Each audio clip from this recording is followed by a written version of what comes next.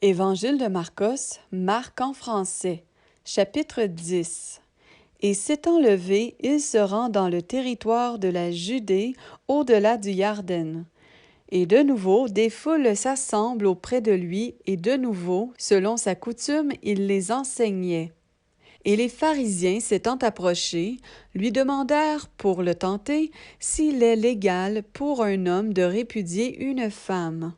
Mais répondant, il leur dit, « Que vous a ordonné Moshe? » Et ils dirent, « Moshe a permis d'écrire une lettre de répudiation et de répudier. » Et Yehoshua répondant leur dit, « C'est à cause de la dureté de votre cœur qu'il a écrit pour vous ce commandement.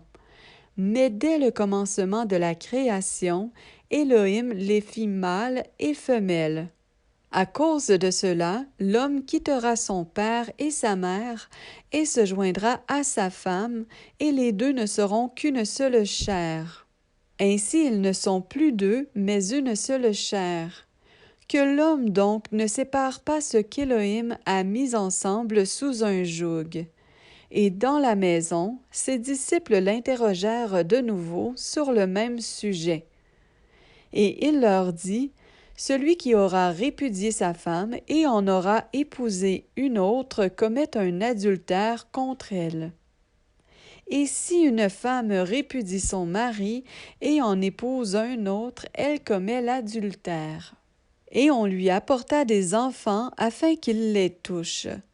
Mais les disciples réprimandèrent d'une manière tranchante ceux qui les apportent. Mais Yehoshua, voyant cela, fut indigné et leur dit, « Laissez venir à moi les enfants et ne les en empêchez pas, car le royaume d'Élohim appartient à ceux qui leur ressemblent. Amen, je vous le dis, quiconque ne recevra pas comme un enfant le royaume d'Élohim, il n'y entrera jamais. » Et les ayant pris dans ses bras, il les bénit en posant les mains sur eux. Et en sortant sur la route, un homme accourut et se mit à genoux devant lui et lui fit cette demande. « Bon docteur, que dois-je faire pour hériter la vie éternelle? » Et Yehoshua lui dit, « Pourquoi m'appelles-tu bon? Nul n'est bon excepté un seul, Élohim. Tu connais les commandements. Ne commets pas d'adultère, n'assassine pas, ne vole pas, ne dis pas de faux témoignages, ne fais aucun tort à personne, honore ton père et ta mère. » Et répondant, il lui dit, « Docteur, j'ai gardé toutes ces choses dès ma jeunesse. » Mais Yehoshua, l'ayant regardé, l'aima et lui dit, « Il te manque une chose. Va et vends tout ce que tu as et donne-le aux pauvres, et tu auras un trésor dans le ciel. Et viens et suis-moi en te chargeant de la croix. » Mais, affligé de cette parole, il s'en alla tout triste parce qu'il avait de nombreuses propriétés. Et Yehoshua, ayant regardé autour de lui, dit à ses disciples qu'il est difficile à ceux qui ont des richesses d'entrer dans le royaume d'Élohim. Et les disciples furent effrayés par ces paroles. Mais Yehoshua, reprenant la parole, leur dit, « Enfants, qu'il est difficile à ceux qui se confient dans les richesses d'entrer dans le royaume d'Élohim. Il est plus facile à un chameau de passer par le trou d'une aiguille qu'à un riche d'entrer dans le royaume d'Élohim. » Mais ils furent encore plus choqués, et ils se dirent les uns les autres, « Et qui peut être sauvé? » Mais Yehoshua, les ayant regardés, leur dit, « Pour les humains, cela est impossible, mais non pas pour Élohim, car tout est possible pour Élohim. » Et Pétros se mit à lui dire, « Voici, nous avons tout quitté et nous t'avons suivi.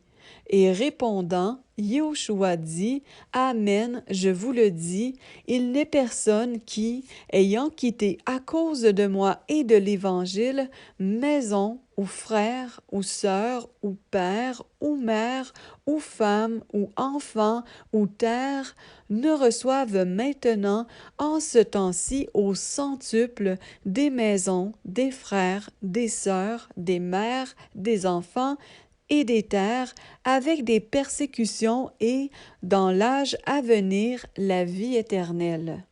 Mais beaucoup des premiers seront les derniers, et beaucoup des derniers seront les premiers.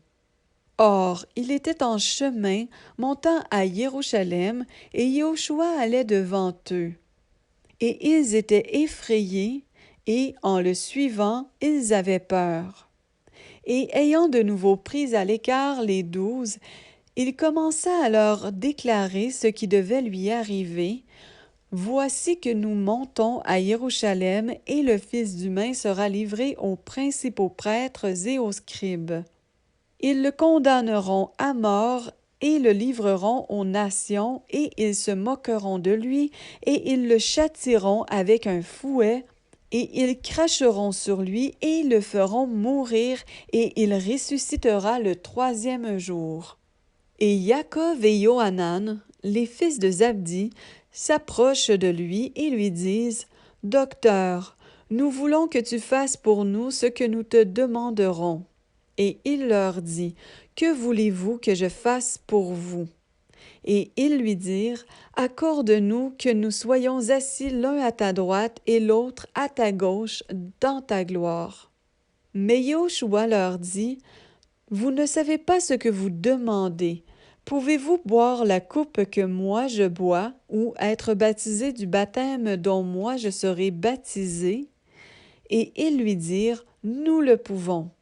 Et Yoshua leur dit, En effet, vous boirez la coupe que moi je bois, et vous serez baptisés du baptême dont moi je serai baptisé. Mais d'être assis à ma droite et à ma gauche, il ne m'appartient de le donner qu'à ceux pour qui cela a été préparé. Et les 10 autres, ayant entendu cela, commencèrent à s'indigner contre Yaakov et Johanan. Mais Yoshua les appela et leur dit, Vous savez que ceux qui pensent être les chefs des nations dominent sur elles en maîtres, et que les grands exercent leur autorité sur elles. Il n'en sera pas de même parmi vous.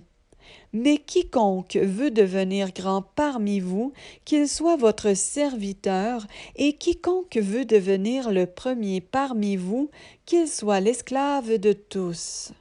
Car le Fils humain est venu, non pour être servi, mais pour servir et donner sa vie en rançon pour beaucoup. Et ils arrivent à Jéricho. Et lorsqu'il sort de Jéricho avec ses disciples et une grande foule, le fils de Timaïos, Bartimaïos l'aveugle, était assis au bord du chemin, demandant l'aumône. Et ayant entendu que c'était Yoshua le Nazaréen, il se mit à crier et à dire, Yoshua, fils de David, aie pitié de moi.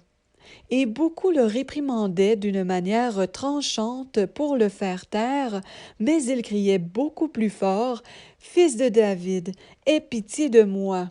Et Yoshua, s'étant arrêté, dit, Appelez-le. Ils appelèrent donc l'aveugle en lui disant, Prends courage, lève-toi, il t'appelle. Et jetant son manteau, il se leva et vint vers Yoshua. Et Yoshua répondant, lui dit, Que veux-tu que je fasse pour toi?